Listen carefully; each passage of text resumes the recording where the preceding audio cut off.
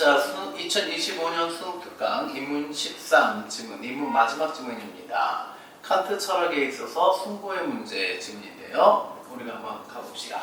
자, 우리는 1문단 먼저 볼게요. 우리는 산행 중 만난 작은 들꽃을 눈여겨보며 아름답다고 느낀다. 드높이 높은 산봉우리를 바라보며 그 광경이 장엄하다거나 숭고하다고 느끼기도 한다. 들꽃에서 아름답다고 그 드높이 솟은 산봉우리를 보면서 숭고하다고 느낀다고 합니다.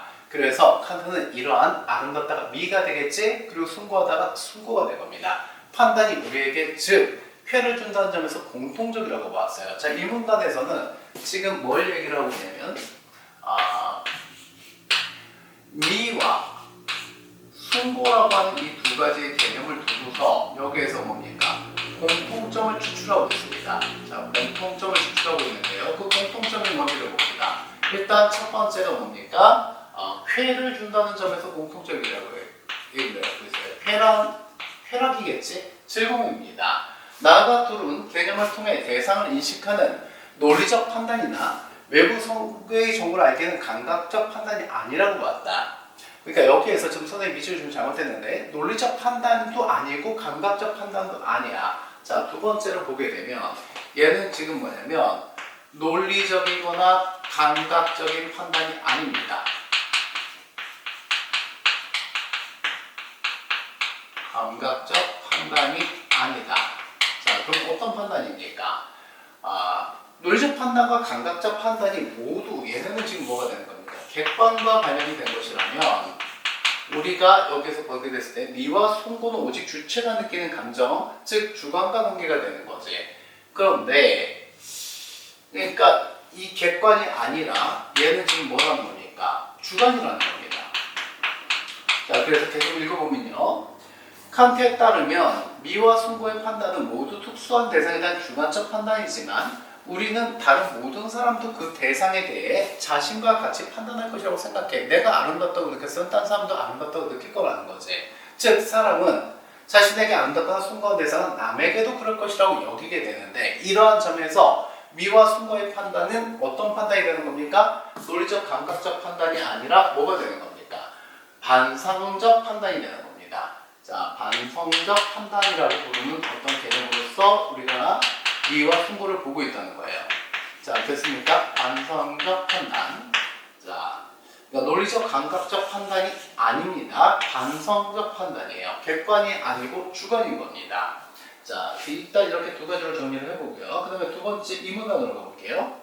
하지만 칸트는 다음과 같은 점에서 미와 숭고가 서로 구분된다고 봤다. 지금 여기에서 얘기한 것이 공통점이었다고 얘기한다면 그 다음에 지금 언급하려고 하는 것은 뭡니까? 이제는 지금 이 미와 숭고의 차이점에 대한 얘기가 이어지겠네요. 그쵸? 자, 차이점입니다, 이번에. 자, 뭐가 어떻게 구분되는지 그 차이점의 기준점을 먼저 찾아봅시다. 여기에서 보게 되면 첫째, 미는 형식을 가진 대상에서 경험돼. 반면 숭고는 무형식적 대상에서 경험이 돼. 자, 두 개에서 지금 공통되는 코드는 뭐야? 대상이지. 자, 그러면 우리가 이 차이점을 얘기하게 됐을 때 미와 숭고를 놓고 얘기하게 됐을 때 차이점의 첫 번째 기준은 뭐냐면 대상입니다. 어떤 대상에게서 이러한 감정을 느끼냐라는 것인데 미의 같은 경우는 어떤 겁니까? 형식을 가진 대상이에요.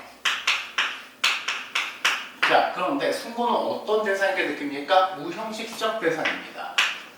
무형식적 대상에게서 이런 감정을 느끼게 됩니다.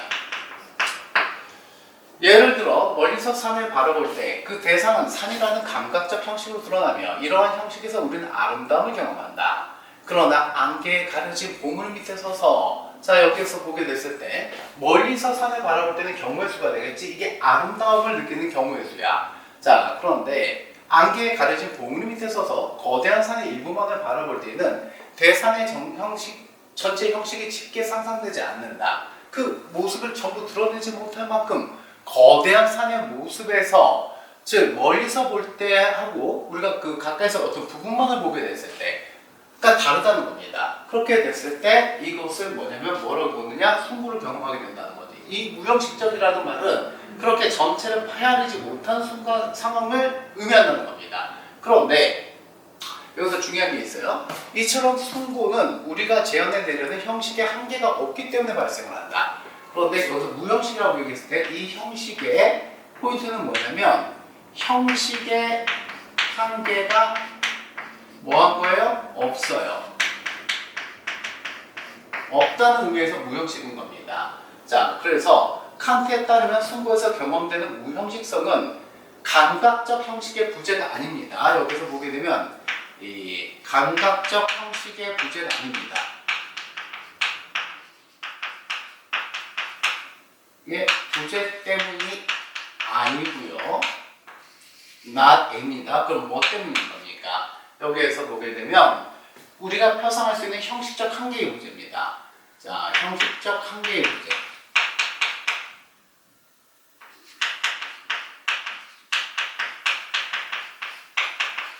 요거 때문이죠. 이게 정확하게 어떤 의미인지는 여러분들 크게 관심 가질 필요 없습니다. not A but B라고 우리가 만약에 뭔가 이런 게 나왔다면 철학적으로 좀 어려운 의미가 되더라도 일단은 이거 뭐 선지에서 이런 거 한번 치고 들어올 수 있겠구나 라고 해서 메모를 남겨놓거나 표시만 정확하게 남겨놓으면 문제는 풀 수 있잖아. 비문학은 그렇게 푸는 겁니다. 여러분들이 10분이라는 짧은 시간 동안 비문학 지문 문제를 풀면서 칸트 철학을 온전하게 다 이해하고 문제를 풀 수 있는 방법은 없습니다.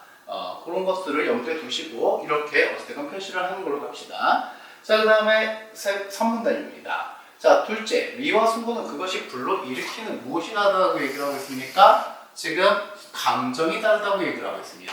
두 번째는 감정이 되겠네요. 자, 감정이 어떻게 다를까요? 칸트는 미가 직접적으로 즐거움을 준다면 지금 뭐가 됩니까? 칸트는 미가 그 순고는 불쾌히 쾌라는 감정을 유발한다고 보았다. 자, 여기에서 보게 되면 얘는 지금 뭡니까? 직접적 즐거움인 겁니다. 직접적 쾌예요. 즐거움이라고 해도 좋고 직접적 쾌라고 해도 좋습니다. 어떤 용어를 통일하는 게 우리들 편하니까. 그런데 얘는 어떻습니까?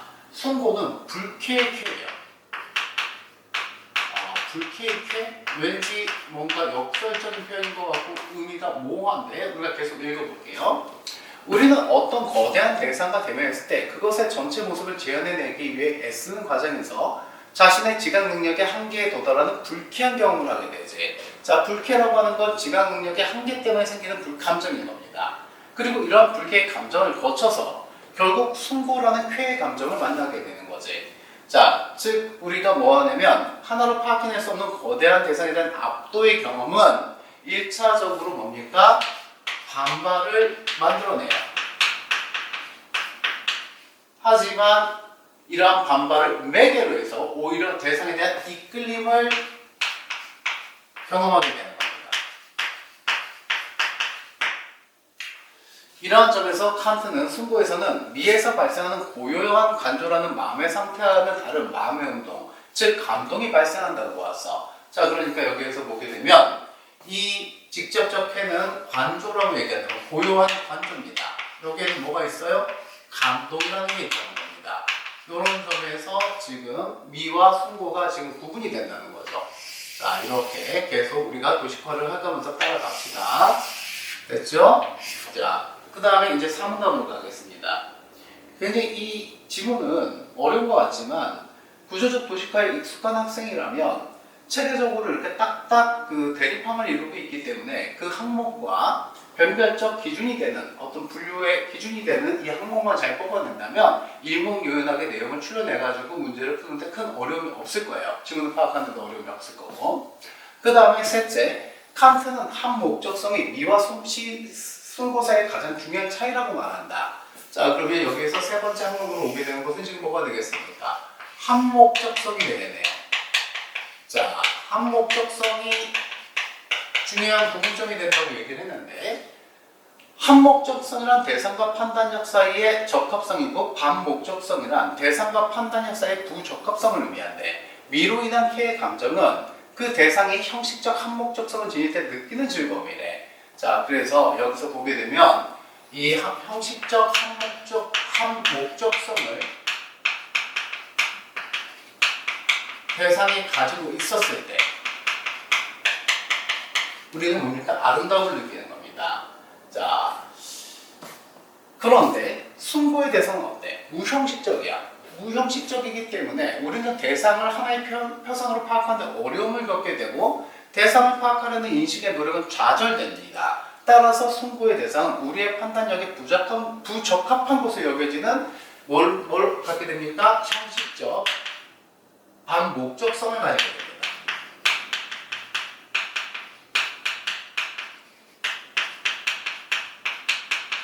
됐습니까? 자, 우리가 이렇게 파악을 하고요. 그 다음에 오문단으로 가겠습니다. 오문단. 하지만 칸트는 숭고가 형식적 반목적성을 갖기 때문에 오히려 이성적 한목적성을 갖게 된다고 보았다고 얘기했어요. 자, 여기에서 보게 되면 이 형식적 반목적성인지 여기를 타고 들어가서 우리가 무슨 내용이 이어지는 겁니까? 오문단의 내용이 만들어지게 되는 겁니다. 자, 여기까지가 지금 이게 우리가 이제 문단 표시를 지금 놓쳤는데 얘가 2문단의 내용이었지. 그리고 얘가 3문단이었어. 얘가 지금 4문단이었습니다. 그리고 5문단에서는 지금 이 숭고를만 지금 파고 들어가는 거예요. 우리는 거대한 대상을 하나의 감각적 표상으로 재현하는 것에 실패하면서 불가능한 재현을 추동하고 있는 것이 바로 이성의 힘이라는 것을 깨닫게 된다. 숭고한 대상에서 무형식성이 표상되는 까닭은 전체에 대한 재현을 요구하는 이성의 총체성의 요구 때문이다. 따라서 칸트는 우리가 숭고를 판단할 때 대상 자체가 아니라 대상에 의해 유발된 우리 자신의 숭고함을 판단하는 것이라고 보았다. 자, 그러니까 여기에서 우리가 보게 되면 이 반목적성이 나중에 어떻게 된다는 거야? 이성적 한목적성을 가지게 된다는 거야. 얘가 변해서 형식적 반목적성에서 이성적 한목적성으로 바뀌게 되는데 그 이유가 왜 그래? 자, 우리가 보게 되면 재현의 실패 과정을 보게 되면 재현의 실패에 너무 거대하니까 파악이 안 돼. 자, 그러니까 그렇기 때문에 우리는 어떤 욕구를 가지게 됩니까? 이성의 필요성을 느끼게 되는 거야. 이성의 힘을 느끼게 돼. 이성의 힘을 우리가 필요로 하게 되면 느끼게 됩니다. 즉 이것을 다시 얘기하자면 총체성의 요구야. 총체적으로 파악하고 싶거든. 자, 그래서 어떻게 된다는 거야? 숭고를 판단할 때 대상 자체가 아니라 대상에 의해 유발된 우리 자신의 숭고함을 판단하는 거래. 그래서 숭고의 체험을 통한 감동이나 존경, 장엄의 감정은 대상을 매개로 우리 안에 있는 이성에 대해 느끼는 감정이라는 거야. 즉, 그래서 우리가 보게 되면 대상에 대한 숭고함의 근거는 대상의 표상 속에서 숭고를 느끼는 우리의 사고방식, 즉 이성. 이 이성의 속에서 찾아야 된대. 그러니까 이 숭고의 근거다. 숭고의 근거는 우리가 이성을 찾아야 된다라고 얘기를 하고 있는 겁니다. 그것이 뭐냐면 숭고가 가지고 있는 형식적 반목적성이 궁극적 이성적 한목적성으로 갖게 되는, 그걸 요구하게 되는, 이렇게 변화하게 되는 요것을 지금 설명하는 것이 5문단인 겁니다. 자, 그 다음에 마지막 6문단으로 볼게요.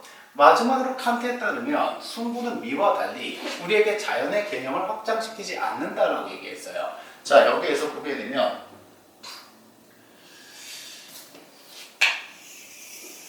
이번에 6문단입니다. 6문단인데 6문단에서 뭘 얘기를 하고 있냐? 다시 차이점을 얘기하고 있거든요. 자연의 개념을 어떻게 한다?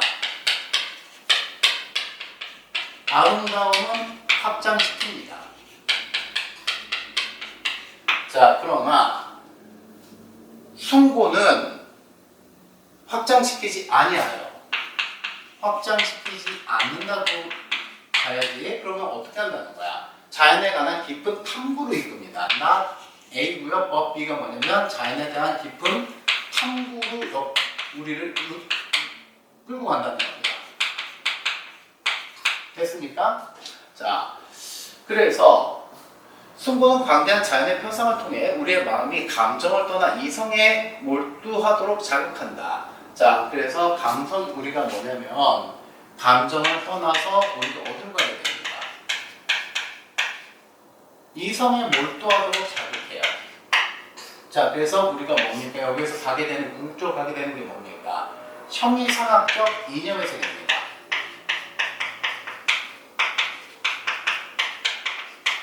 이념의 세계로 우리를 이끌게 된다라고 이렇게 본 겁니다. 자, 이렇게 일목요연하게 정리를 해놓으면요, 우리가 보게 됐을 때 크게 몇 개의 차이를 얘기를 한 겁니까? 자, 1, 2, 3, 4, 4개의 차이점이 있었고요. 즉, 미와 송도 사이에서 4개의 차이점이 있었고, 공통점으로서는 지금 두 가지를 얘기한 겁니다. 되겠습니까? 요것이 파악되면 문제를 푸는 데는 크게 어려움이 없었을 겁니다.